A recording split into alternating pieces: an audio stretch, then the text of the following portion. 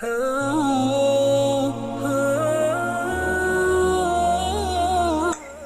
itulah paduan. Tak aman. Lagi tabu. Baik. Itulah tabu. Yang tabunya anak tak aman. Karena Nabi Sallallahu Alaihi Wasallam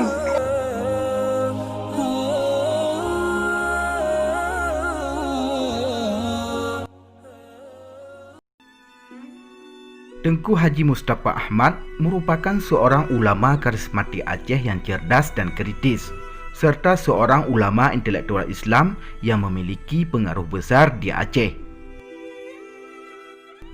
Beliau juga akrab disapa dengan panggilan Abu Paluh Gading.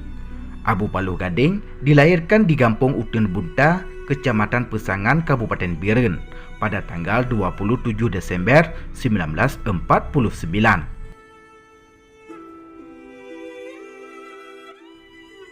Sebelum lanjut, tekan dulu subscribe, like, dan share agar Aceh lebih terpandang di mata dunia.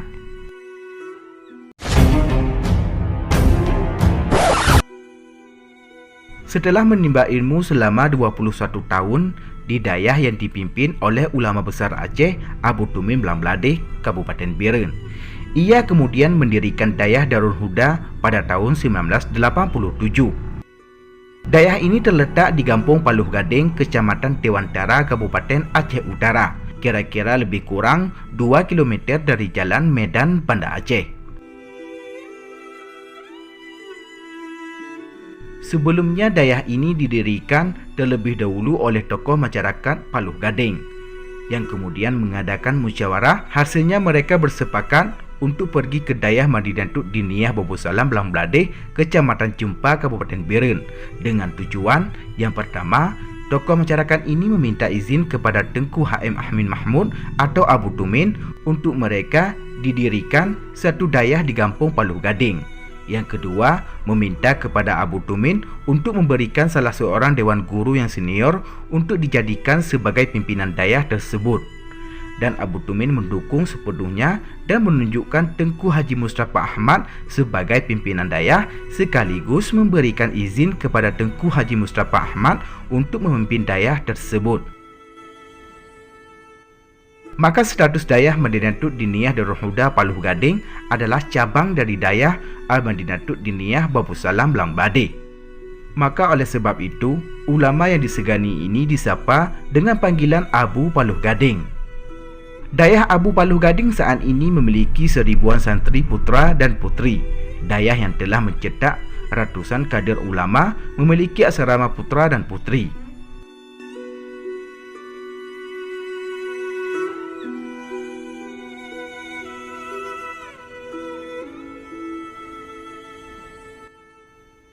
Selanjutnya dari perkawinannya dengan Umi Sapiatuddin, beliau memiliki 8 anak, yaitu Zanuwanis, Rahmah, Marhamah, Muhammad Nazir, Baidarus, Wardah, Ihsan Maulana, dan Maisarah. Anak-anak beliau juga menimba ilmu di Dayah Abu Tumin. Abu Paluh Gading menamatkan pendidikannya di Pendidikan Guru Agama Muhammadiyah Kabupaten Biren.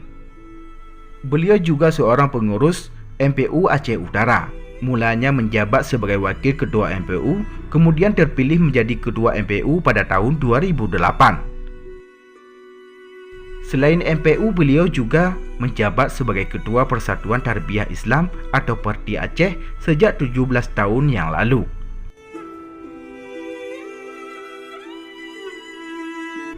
Ada 3 perkara penting yang pernah disampaikan oleh Abu Paluh Gading untuk kita dalam menuntut ilmu. Di antaranya, yang pertama, mencintai ilmu. Yang kedua, menghormati sumber ilmu, yaitu Quran, hadis, dan kitab ulama. Ketiga, menghormati pemilik ilmu, yaitu guru. Kemudian untuk para guru, beliau juga berpesan, sayangi murid kalian, jangan musuhi mereka. Selain itu, Abu Paluh Gading pada suatu kesempatan pernah mengatakan, keadaan umat saat ini dihadapkan pada 3 persoalan hidup. Pertama, narkoba, kedua, kriminal, dan ketiga, pengaruh judi dan game online. Judi dan game online sama-sama diharamkan oleh kalangan ulama Aceh. Penyebabnya ada dua. Pertama, mengarah pada judi. Kedua, memang itu judi. Hal ini disampaikan Abu Paluh Gading saat menjawab RRI tentang persoalan umat di era kecanggihan teknologi dan era globalisasi saat ini. Setelah berbagai kiprah dan amal ubudiyahnya untuk umat, maka wafatlah beliau pada hari Rabu 16 Desember 2020. Beliau menghembuskan nafas terakhir di RSUD Zainul Abidin, Banda Aceh. Di masa hidupnya, Abu Paluh Gading juga sempat dirawat di sejumlah fasilitas kesehatan, termasuk dibawa ke Malaysia untuk mengobati penyakit yang menggerogoti kesehatannya. Semoga segala amalnya diterima di sisi Allah Subhanahu wa Ta'ala. Yang kata-kata di dalam banjabul istiqamah memberkati, istiqamah mengikuti kemudian satu hal yang sangat itu yang dicela oleh Allah, yaitu bahwa kada dapat tabunya, kada dapat terharu.